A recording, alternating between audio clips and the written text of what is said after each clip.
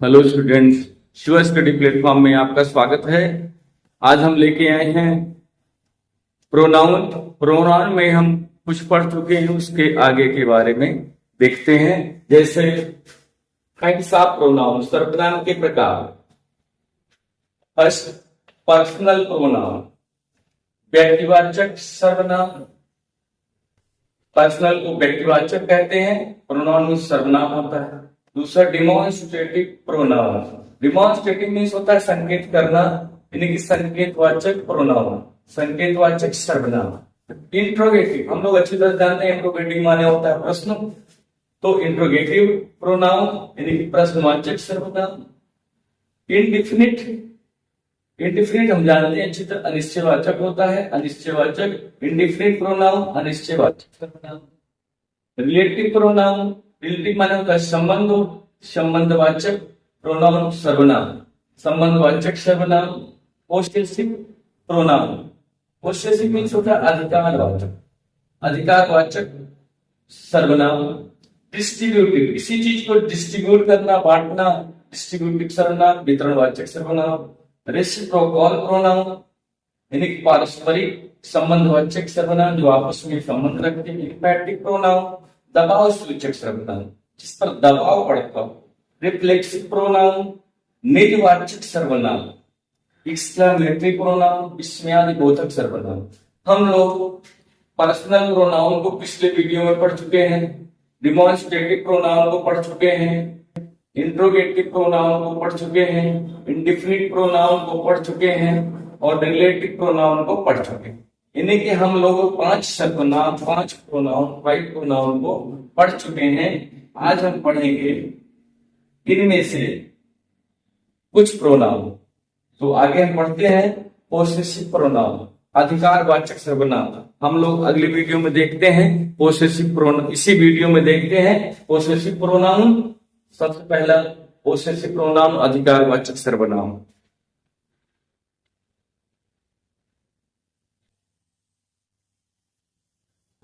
Possessive pronoun, possessive pronoun प्रयोग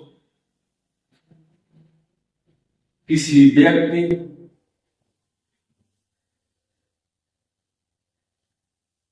या वस्तु पर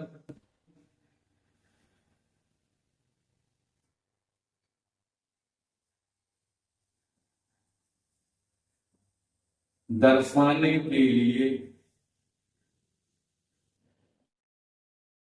किया जाता है।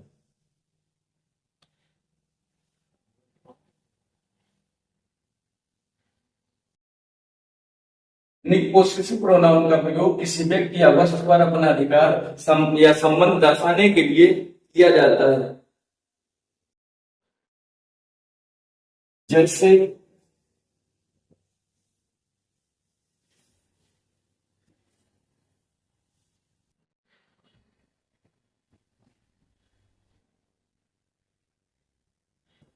तुम्हारा,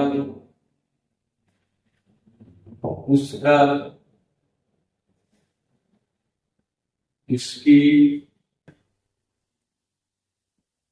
उनकी, शब्दों को पोसेसिव प्रोनाउन कहते हैं। पोसेसिव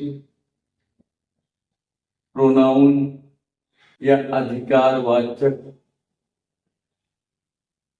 अधिकारवाचक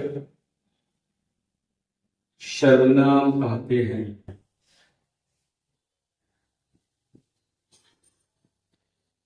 उदाहरण के लिए देखते हैं,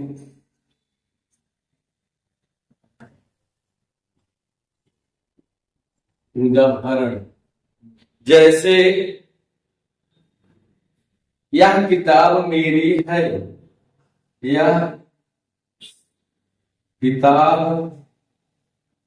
मेरी है, तो यह किताब है मेरी।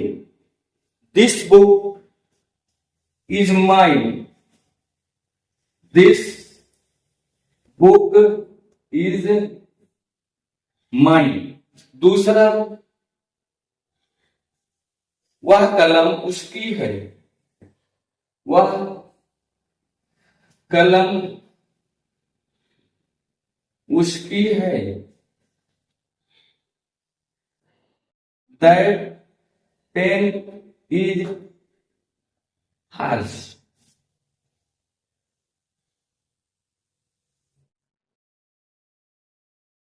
वह घर तुम्हारा है, वह घर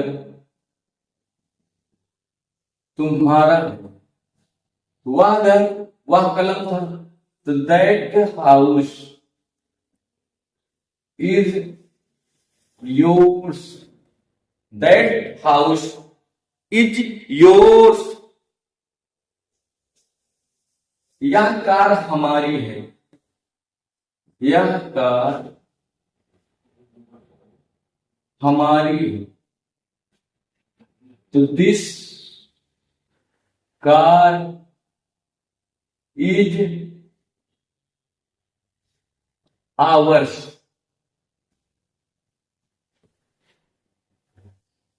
यह साइकिल उनकी है, यह साइकिल उनकी है।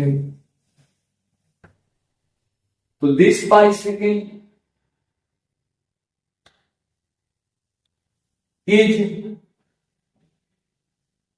दियर्स।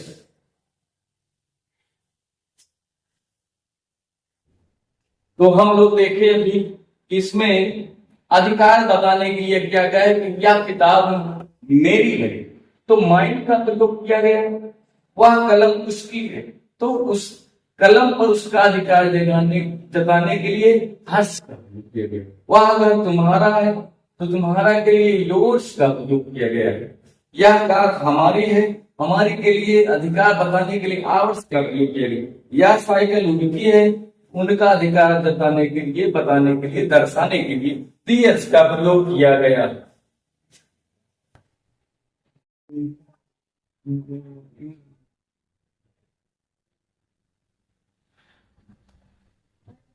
डिस्ट्रीब्यूट प्रोनाउन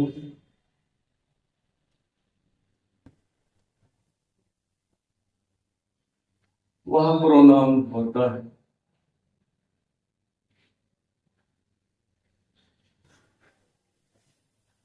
जो एक समूह में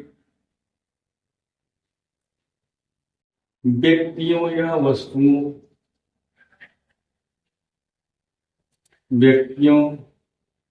या वस्तुओं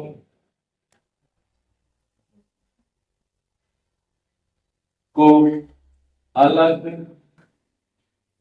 अलग अलग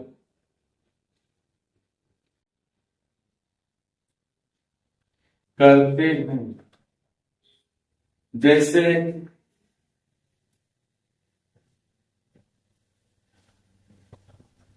अलग अलग संदर्भित करते हैं, न कि समूह को एक साथ, न कि समूह को एक साथ। जैसे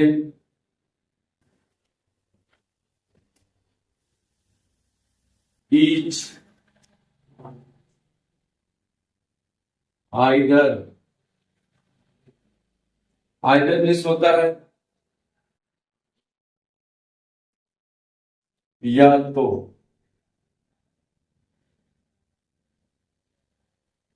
नाइदर कोई भी नहीं। यानी कि हम लोग डिस्ट्रीब्यूटिव प्रोनाउन में each, either, neither, each means प्रत्येक, आइदर या तो, नाइदर कोई भी नहीं के लिए पढ़ते हैं। कोई इन सब शब्दों के लिए ईच, आइदर, नाइदर के लिए डिस्ट्रीब्यूटिव प्रोनाउन का प्रयोग किया जाता है। इसका प्रयोग दो या दो से अधिक व्यक्तियों या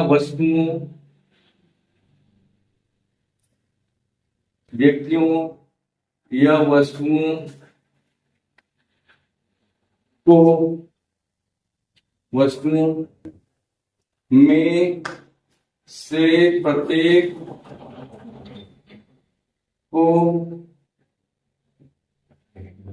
संदर्भित करने के लिए किया जाता है। जैसे उदाहरण देखते हैं, जैसे उदाहरण प्रत्येक छात्र को एक उपहार मिला। तो प्रत्येक छात्र को एक उपहार मिला, तो each student received a prize.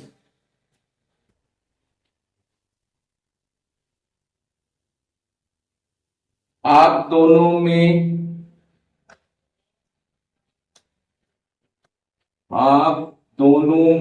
से कोई भी आ सकता है। आप दोनों में से कोई भी आ सकता है।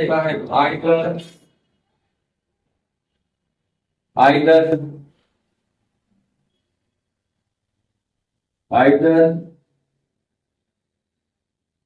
आप यू कैन कम। तीसरा, इसमें से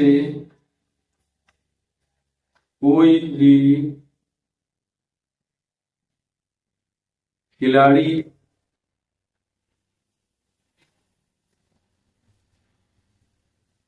फुटबॉलर नहीं है।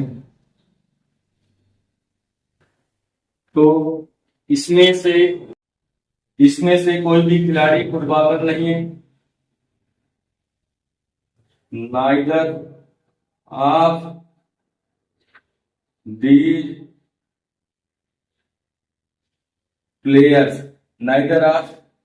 प्लेयर्स